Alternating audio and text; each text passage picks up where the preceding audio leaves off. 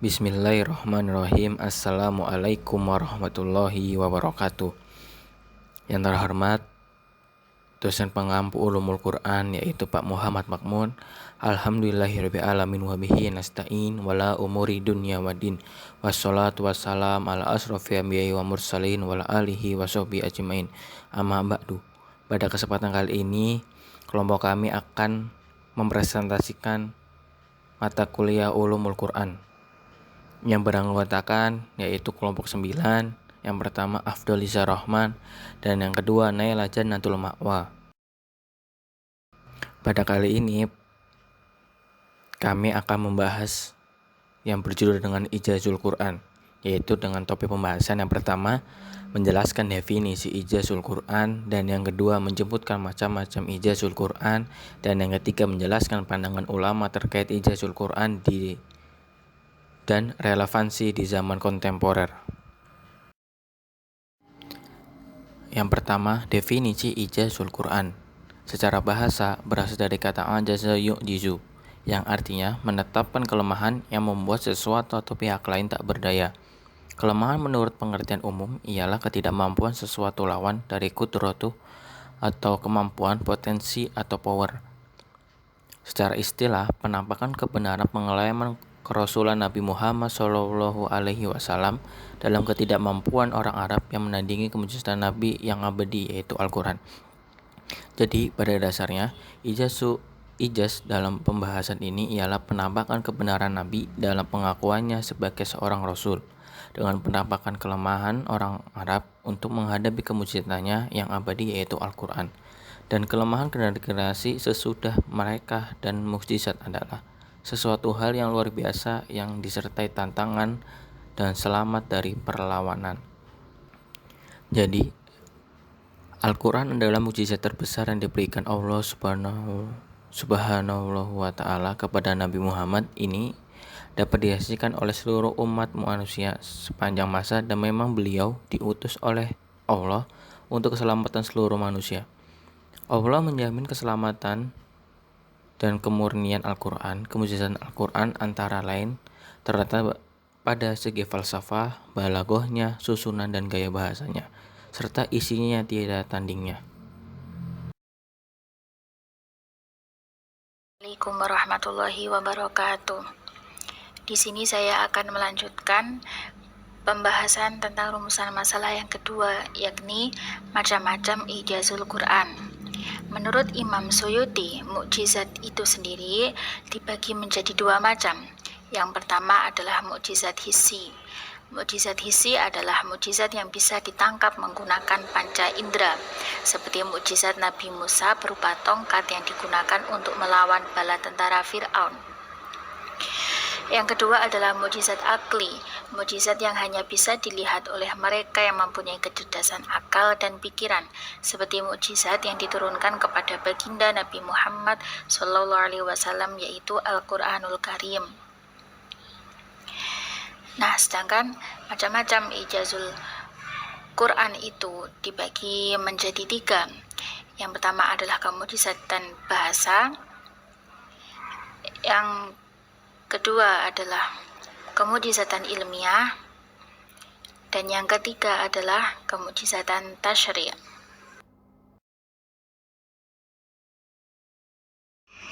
Untuk kemujizatan bahasa dibagi menjadi dua hal.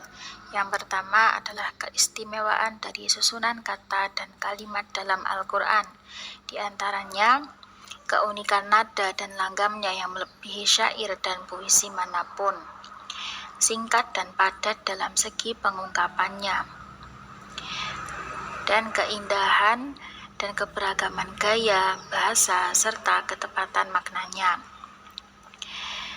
Sedangkan yang kedua adalah keseimbangan redaksinya, yaitu Abdu Ar-Razak An-Naufal melakukan penelitian yang kemudian penelitiannya dapat kita lihat dalam kitab I'jaz Al-Adadi li Al-Quranil Karim, yang artinya kemujizatan Al-Quran dalam segi bilangan.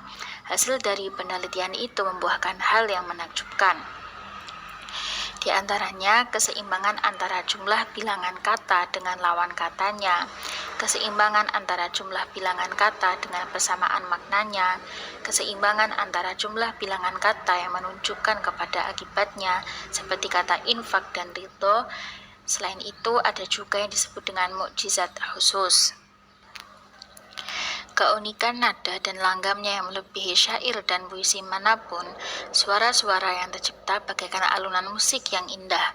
Hal ini pernah diteliti oleh Marmaduke Pickthall, seorang cendekiawan asal Inggris, bahwa Al-Quran mempunyai simfoni yang tidak tertandingi dan mampu menggerakkan manusia.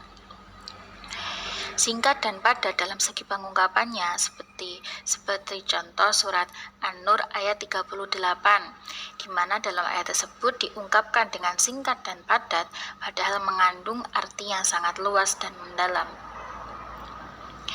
Keindahan dan keberagaman gaya bahasa serta ketepatan maknanya merupakan ciri tersendiri dari Al-Quran, sehingga tidak bisa tertandingi oleh ahli penyair sekalipun. Keseimbangan antara jumlah bilangan kata dengan lawan katanya, seperti contoh kata al-hayah yang berarti hidup dan al-maut yang berarti mati, masing-masing diulang sebanyak 145 kali. Keseimbangan antara jumlah bilangan kata dengan persamaan maknanya, seperti kata al-jahr atau yang berarti nyata dengan kata al-alaniyah yang berarti tampak, masing-masing diulang sebanyak 16 kali. Keseimbangan antara jumlah bilangan kata yang menunjukkan kepada akibatnya, seperti kata infak dan ridho, masing-masing diulang sebanyak 73 kali. Selain itu, ada juga yang disebut dengan mukjizat khusus, seperti kata yaum dalam bentuk mufrad yang berarti tunggal, diulang sebanyak 365 kali, yang merupakan jumlah hari dalam 1 tahun. Sedangkan kata ayam yang merupakan jamak dari kata yaum diulang sebanyak 30 kali, sebanding dengan jumlah hari dalam 1 bulan. Dan kata syahr yang artinya bulan diulang sebanyak 12 kali, sesuai dengan jumlah bulan dalam 1 tahun. Selanjutnya, kemukjizatan ilmiah. Mukjizat ilmiah yang dimaksud dalam pembahasan ini bukanlah tentang teori-teori ilmu pengetahuan, melainkan mukjizat Al-Quran yang hanya bisa dilihat melalui kecerdasan akal dalam menangkap dan memahami maknanya. Di antara ulama-ulama yang telah membahas dalam kitabnya tentang keserasian ilmu Al-Quran dengan ilmu pengetahuan adalah Muhammad Ismail Ibrahim dalam kitabnya Al-Quran wal Ijazuhu al-Ilmi, Muhammad Said Arnott dalam kitabnya Ijaz al-Ilmi fi Al-Quranil Karim. Sedangkan para pakar ilmu pengetahuan yang juga mengkaji kemukjizatan Al-Quran secara ilmiah, diantaranya Zaglul Roghib Muhammad Al-Najjar dengan teorinya yang diambil dari Quran Surah Al-Anbiya ayat 30 yang isinya tentang kesatuan alam, Quran Surah Az-Zariyat ayat 49 tentang terjadinya perkawinan dalam tiap-tiap benda, dan Quran Surah Al-Qiyamah ayat 2-3 tentang perbedaan sidik jari manusia, Quran Surah An-Nahl ayat 69 tentang khasiat madu, Quran Surah Fussilat ayat 11 tentang asal kejadian kosmos, dan Quran Surah Al-Qiyamah ayat 36-39 tentang reproduksi manusia. Kemukjizatan ilmiah di sini mendorong manusia untuk selalu bertafakur atas segala kekuasaan Allah. Jadi kita butuh kecerdasan akal yang lebih untuk mampu memahami kemukjizatan ilmiah tersebut. Kemukjizatan tasyri'. Muhammad Ismail Ibrahim mengungkapkan bahwa dalam bidang tasyri', kemukjizatan Al-Quran terletak pada dasar kemerdekaan dalam beragama dan berpendapat, kaidah-kaidah keadilan dalam bermuamalah, undang-undang dalam bidang ahwal al-syahsiyah, dan undang-undang dalam bidang pidana. Penjelasan Al-Quran dalam hukum tersebut masih digambarkan secara umum, ada kalanya secara rinci dan sejelas-jelasnya pada bidang tertentu. Hal ini menunjukkan bahwa Al-Quran akan senantiasa sesuai dengan zamannya dan tidak ketinggalan zaman, atau biasa disebut dengan sholih likulli zaman wa makan. Dalam kehidupannya, manusia sebagai makhluk sosial pasti membutuhkan bantuan orang lain dalam melangsungkan kehidupannya. Di sini, Al-Quran berperan sebagai pedoman hidup dalam kehidupan manusia sekaligus menjadi perundangan dalam syariat Islam. Semua segi kehidupan telah diaturnya, mulai dari pendidikan individu dan pesucian terhadap diri manusia itu sendiri dengan akidah tauhid. Dalam penerapan syariat, Al-Quran telah mempunyai patokan-patokan umum dari bidang perdata, politik, pidana, maupun ekonomi. Adapun dalam menetapkan hukum, ada kalanya secara mujmal, agak jelas dan terperinci, dan secara jelas serta terperinci. Pembahasan yang ketiga adalah pandangan ulama tentang ijazul Quran dan relevansinya di zaman kontemporer. Menurut Abu Ishaq Ibrahim An-Nazam dan sebagian pengikutnya dari kaum Syiah seperti Al-Murtado mengungkapkan bahwa kemukjizatan Al-Quran adalah dengan cara sirfah atau pemalingan. Maksudnya adalah Allah memalingkan orang-orang Arab untuk menantang Al-Quran dengan cara mencabut ilmu-ilmu mereka yang akan digunakan untuk menghadapi Al-Quran. Tetapi pendapat ini disanggah oleh Al-Baqillani. Menurut Al-Baqillani, pendapat ini salah. Dikarenakan jika mukjizat Al-Quran melalui sirfah, maka kalam Allah bukanlah mukjizat, melainkan mukjizatnya adalah sirfah itu sendiri, dengan artian kalam Allah tidak mempunyai kelebihan di atas kalam yang lainnya. Yang kedua adalah golongan Mu'tazilah mengungkapkan bahwa kadar kemukjizatan Al-Quran berkaitan dengan keseluruhan isi Al-Quran. Sebagian ulama mengatakan bahwa kadar kemukjizatan Al-Quran terletak pada sebagian kecil atau sebagian besar dari ayat Al-Quran. Hal ini berdasarkan atas firman Allah Quran Surah At-Tur ayat 34. Pendapat ini dinisbatkan pada Imam Abu Hasan Al-Asy'ari. Sebagian ulama lain berpendapat bahwa kemukjizatan itu cukup satu surah lengkap sekalipun pendek atau dengan ukuran satu surah, baik satu ayat atau beberapa ayat. Para ahli bahasa Arab mengatakan bahwa mukjizat Al-Quran terletak pada balaghahnya yang mencapai tingkatan tinggi dan tidak ada bandingannya. Pendapat ini diungkapkan karena para ahli bahasa Arab gemar terhadap bentuk-bentuk makna. Sebagian ulama mengatakan bahwa kemukjizatan Al-Quran terletak pada gaya bahasanya yang halus dan indah, sehingga banyak di antara mereka yang mendengar menjadi masuk Islam. Salah satunya adalah Khalifah Umar ibnu Khattab, yang mulanya sangat memusuhi Nabi dan agama Islam.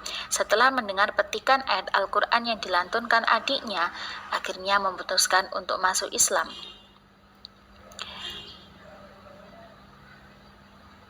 Sebagian ulama yang lain mengungkapkan bahwa kemukjizatan Al-Quran berkaitan dengan pemberitahuan gaib yang akan datang, yang diketahui melalui wahyu, sebagai contoh tentang penemuan jasad Fir'aun yang tertuang dalam Quran Surah Yunus ayat 92, bahwasanya peristiwa itu tidak ada seorang pun yang tahu karena terjadi pada tahun 1200 sebelum Masehi. Sedangkan mumi Fir'aun ditemukan pada abad 19 Masehi. Hal ini merupakan pelajaran bagi generasi selanjutnya untuk bertafakur.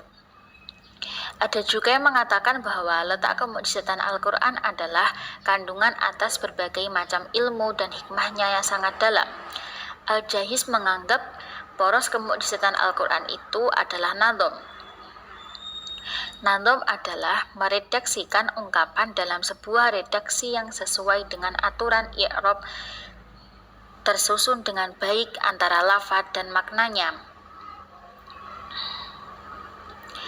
Ar-Rumani memandang bahwa kemukjizatan Al-Quran terletak pada penentangan, tantangan, sirfah, balaghah, dan berita yang terpercaya mengenai hal yang akan terjadi di masa depan dan berlawanan dengan kebiasaan.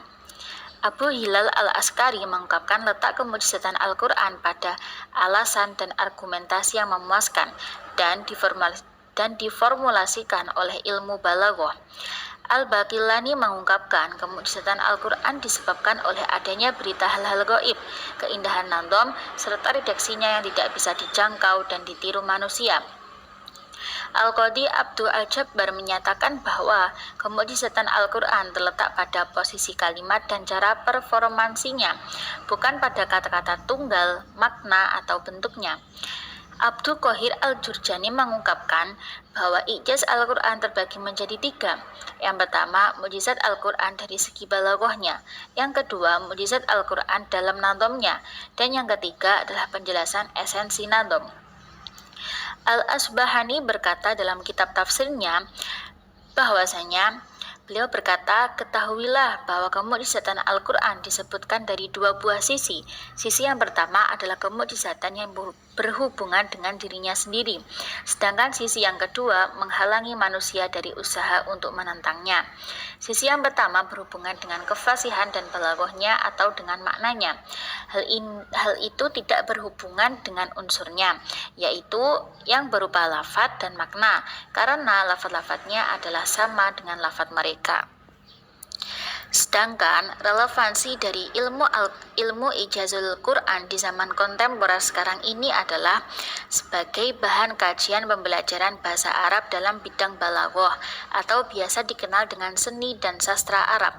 Selain itu, dengan kita mengkaji ilmu ijazul Quran, kita bisa menyingkap makna-makna yang tersembunyi di dalam Al-Quran, mengetahui betapa luas dan hebatnya kekuasaan Allah, serta menunjukkan bahwa Al-Quran merupakan kalam Allah yang tidak bisa tertandingi oleh penyair paling bagus sekalipun. Bahkan, kemujizatan Al-Quran digunakan baginda Nabi Muhammad SAW sebagai sarana dakwah untuk melemahkan para musuh Islam. Dan kemujizatan Al-Quran tidak akan pernah habis sepanjang masa. Kesimpulan dari ilmu ijazul Quran yang pertama adalah secara etimologis kata ijaz yang berasal dari bahasa Arab yakni a'jaza yang berarti melemahkan atau menjadikan tidak mampu. Dan yang kedua, mukjizat Al-Quran dari segi bahasa dapat dilihat dari 2 hal. Yang pertama, keistimewaan dari susunan kata dan kalimat dalam Al-Quran. Dan yang kedua, keseimbangan redaksinya.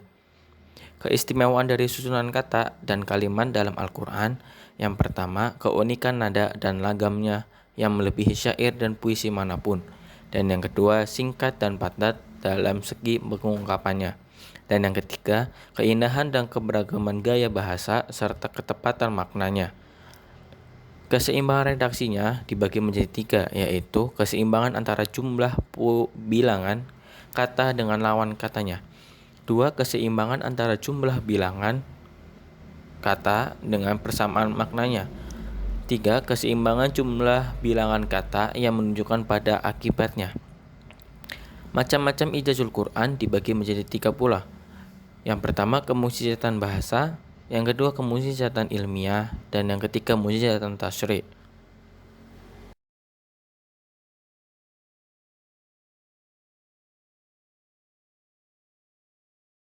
Terima kasih atas perhatiannya. Kami Afdul Izzar Rahman dan Naila Janatul Ma'wa mengucapkan wassalamualaikum warahmatullahi wabarakatuh.